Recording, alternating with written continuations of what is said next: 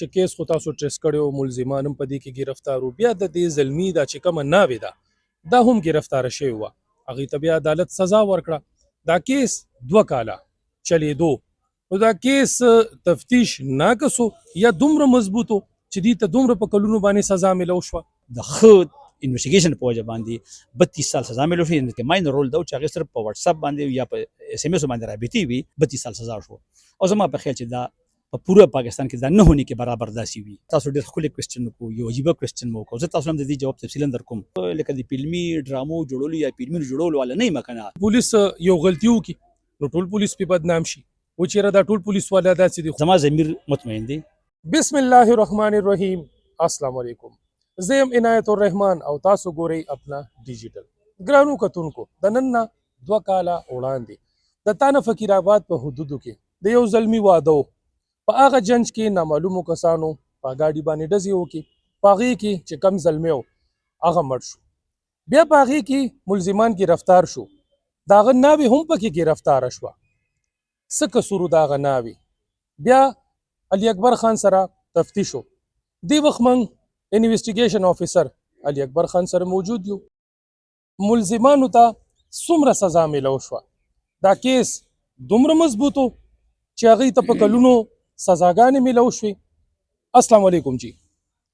جی وعلیکم السلام. عنایت الرحمن صاحب، تاسو ته تاسو ډیجیټل ټیم ته چمکانو تانې سره راتلو باندې چې کوم دی هرکلی وایم، او داس په دعا یم چې الله رب العزت دې وکړي چې ستاسو دا ایفرټس چې کوم دي دا په خلکو کې یو اویرنس پیدا کړي. علي اکبر خان دا راته ووایي چې کیس خو تاسو ټریس کړی ملزمان هم په دې کې ګرفتار وو، بیا د دې زلمي دا چې کومه ناوې ده دا هم ګرفتاره شوې وه، هغې ته بیا عدالت سزا ورکړه. دا کیس 2 کاله چلېدو، نو دا کیس تفتیش ناقص یا دومره مضبوط چې دې ته دومره په کلونو باندې سزا میلو شوه؟ عنایت الرحمن صاحب، آئی واز پوسټډ پولیس اسټیشن فقیر آباد از او ڈبل آئی، اور دا په 11 نومبر 2023 کې چې کوم دی نو په ډګري ډګي په اینوي ټینک کې چې کوم دی هغه یو نامعلوم ملزم چې کوم دی نو هغه دلها چې کوم دی دا قتل کړ.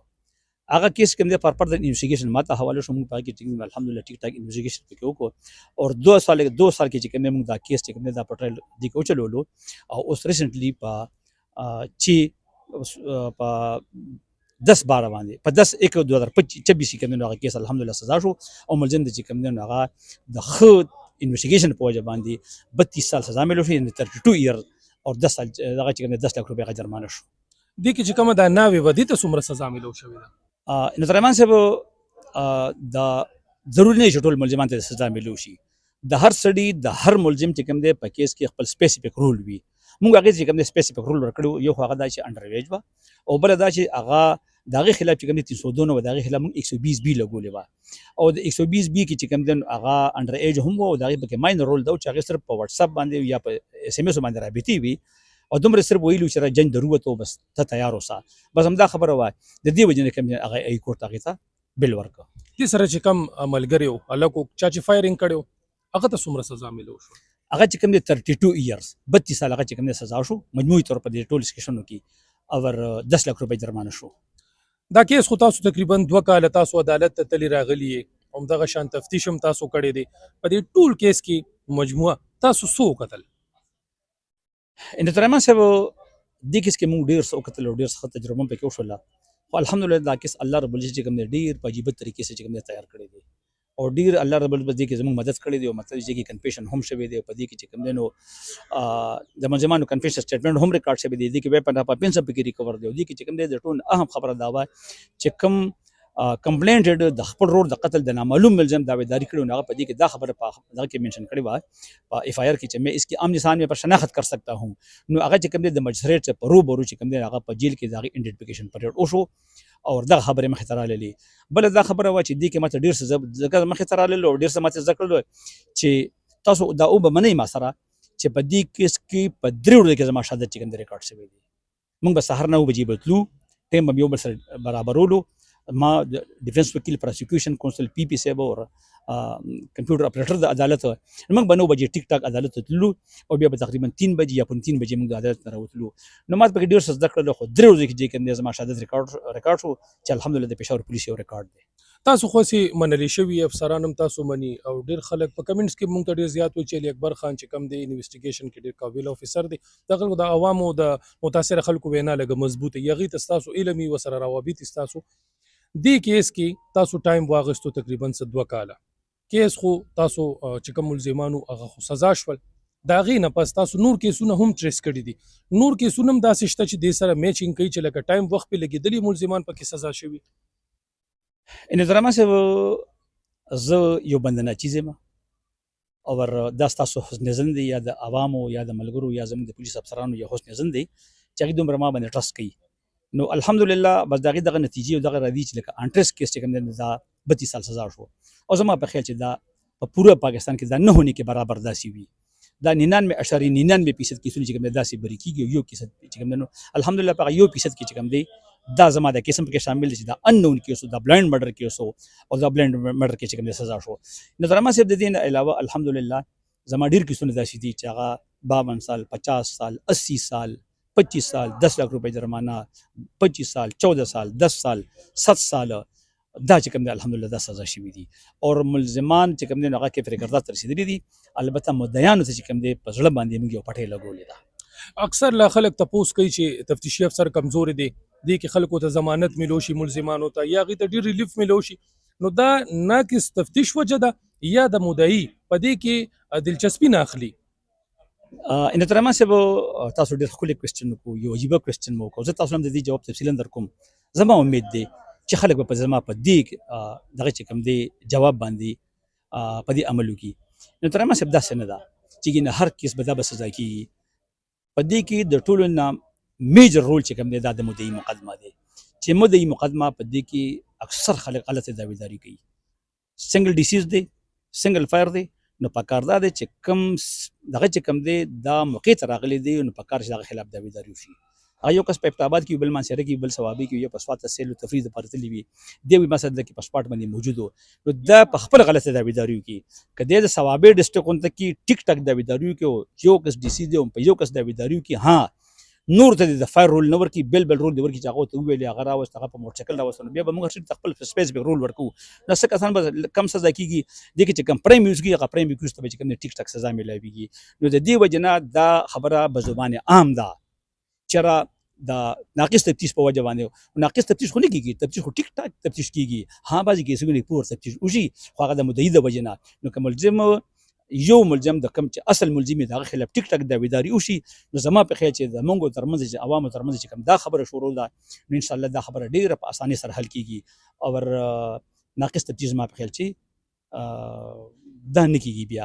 خو ځکه دغه وجه دا ده چې لکه زه خو انترما صاحب لکه د فلمي ډرامو جوړولو یا فلمونو جوړولو ولا نه مکنه چې زه به خامخا یو غلط شی براولم او دا غینه به فلم جوړوم او غنه ډرامه جوړوم او هغه به کوټ کې پیش کوم. دا دولتونه دا پروسیکیوشن دا وکیلان صاحبان چې کوم دي دا ولي ير نه پويږي چې دا دې کې څومره چې کوم دی هغه پکې شوی دی. لہذا عوام الناس زما دا ریکوست دی چې تاسو ټیک ټاک دعویداري کوئ. ها که یو کیس کې تاسو کلو نیوي دتا یا تاسو هغه څه نالج نیوي نو تاسو دا کیس په پولیس باندې پرې دی لکه دا کیس چې کوم سزا شو دی کې چې کوم دی نو هغه مدعي دا کیس ټوټلی په پولیس باندې پرې دی او هغه ته په دې متعلق د شناخت پرې نه علاوه بل څه خبر نه و. الحمدلله هغه موږ ته پرې خو د موږ باندې ټرست وکړو موږ چې کوم دی هغه ټرست چې کوم دی اعتماد هغه موږ په ځان باندې بحال پرې دغه تم ټیسټ وندر رسولو الحمدلله کې سزا شو که هغه غلط دعویداري کړي پښپک کسان کړي وو کسان به کړي نن ضرور مړوي او دې به سر جوکا کې چې کوم عدالت نه راوته ملامت خفه بو نن به بیا د په د کور کې د غم یو ورتازه کېدو. البته هغه ته ټیک ټاک خوشالي ده ټیک ټاک دعویداري کړي ده خوشالي ده وته چې دا غي ملزم چې دا کافر کردار ته ورسېد. دغه شان چې پولیس یو غلطي وکړي نو ټول پولیس په بدنام شي و چې دا ټول پولیس والا داسې دي خو یو پولیس کا قابل افسری هغه تفتیش ښه کړی دی نو خلک شکریا لراغلی ول اکبر خان دلک نه ان ترما صاحب شکریا له خو مدین پرون راغلو ټیک ټاک راغلو او د ټول لوی شکریا چې کوم نه هغه زما ضمیر زما ادا کړی دا زما ضمیر مطمئن دی زما ضمیر بار بار زما شکریا ادا کوي چې یو دردیدل ځل باندې مونږ پټه لګولې دا او دا الحمدلله غته دا انصاف مونږ مفت پوری طور پر سسته انصاف هغه ته ورکړی دی. عدالت نه هم خوشاله دي، زما نه هم خوشاله دي. او زه به تاسو دا خبر وکړم چې په دې 3 ورځې کې زموږ لګاتار چې کوم دی د ډیپن کونسل صاحب چې کوم باندې کومې کوېسچنې کولې، انتظاما صاحب دغه کوېسچنې په درجنو کې نه وي، دا په سینکړو کې وي چې 3 دن تا لګاتار یو سړی چې کوم دی هغه تا باندې کوېسچنې کوي، دا به څومره کوېسچنې کوي. نو د دې وجې نه هغې هم شکریه ته راغلي وو. او زما په خیال چې که ستاسو دا ویډیو وارد شي نو خلکو کمنټس به پرې راشي او به ګورو چې خلک څومره چې کوم دی نو هغه د دې کیس کې زموږ مشکور دي یا زموږ نه پر اعتماد دي. علي اکبر خان اوس چې کم دا ملزمان سزا شو دا ناوي او د دې ملګری نو دوی مخکې اپیل کولی شي بیا؟ انتظاما صاحب دا د اکیوز چې کوم دی نو دا قانون دی حق دی چې هغه د کورټ د دې ډیسیژن خلاف هغه چې کوم دی کورټ ته لاړ شي. که کورټ دغه سزا به حال پرېښودله بیا هغې ته د حق چې سپریم کورټ ته لاړ شي، ټیک ده جی. ورنه د عدالت رحم و کرم باندې دي چې څنګه اوس عدالت غواړي. کدی سپریم کورټ ته تللی شي تاسو په خپل کیس باندې نور څونه مطمئن یې؟ انتظاما صاحب الحمدلله چې د کیس دپاره کوم ریکوایرمنټ وي هغه ټوټل ریکوایرمنټ برابر دي. مثلا څه ایډنټیفیکیشن اف ریډ، د مدعي 164 بیا په ناپاپنس کې ریکوري او بیا په هغې باندې انالایسس لپاره سینډ کول افیسر ته، په هغې پازیټیو رپورټ راتلل او د ملزمانو خود د عدالت په روبرو د دې کیس کنفیشن کول او دا کار موږ کړی دی. ګرانو کتونکو، انویسټیګیشن افیسر علي اکبر خان خبرې تاسو واورېدې. د هغه خو دا وینا وه چې بعضې ځای کې که ناقص تفتیش وي نو هغه زموږ وجه خو نه ده بلکې هغه د مدعیانو وجه ده. خو په دې کیس کې ملزمان کافي کلونه سزا شول. علي اکبر خان دا هم ویلي چې زه خپل هغه کیس چې کوم ماته حواله شي پوره محنت کوم، خواري کوم، عدالتونه شته. دا نه چې زه فلمي ډایلاګ یا همداسې دې دپاره کار کوم، بلکې حقایق او ثبوتونه مخې ته راوړم، عدالت کې پیش کوم. سزا او جزا عمل په عدالتونو کې دی، زما کار تفتیش دی. باقي هغې دا هم ویلي چې خلک زیاتر په کمنټس کې موږ نه تپوس کوي، د کمنټس جواب هم هغه ورکو د علي اکبر خان چې بالکل یو قابل افیسر دی. خو دا وویلي چې دې کې زه هېڅ چا سره رعایت نه کوم، زه خپل تفتیش په ایماندارۍ سره کوم او د عوامو نه د دعا صدا وکړله. ګرانو کتونکو، را روان پروګرام پورې اجازت غواړم. د خپل ځان ډېر خیال ساتئ، موږ په دعاګانو کې یاد ساتئ. د الله په امان.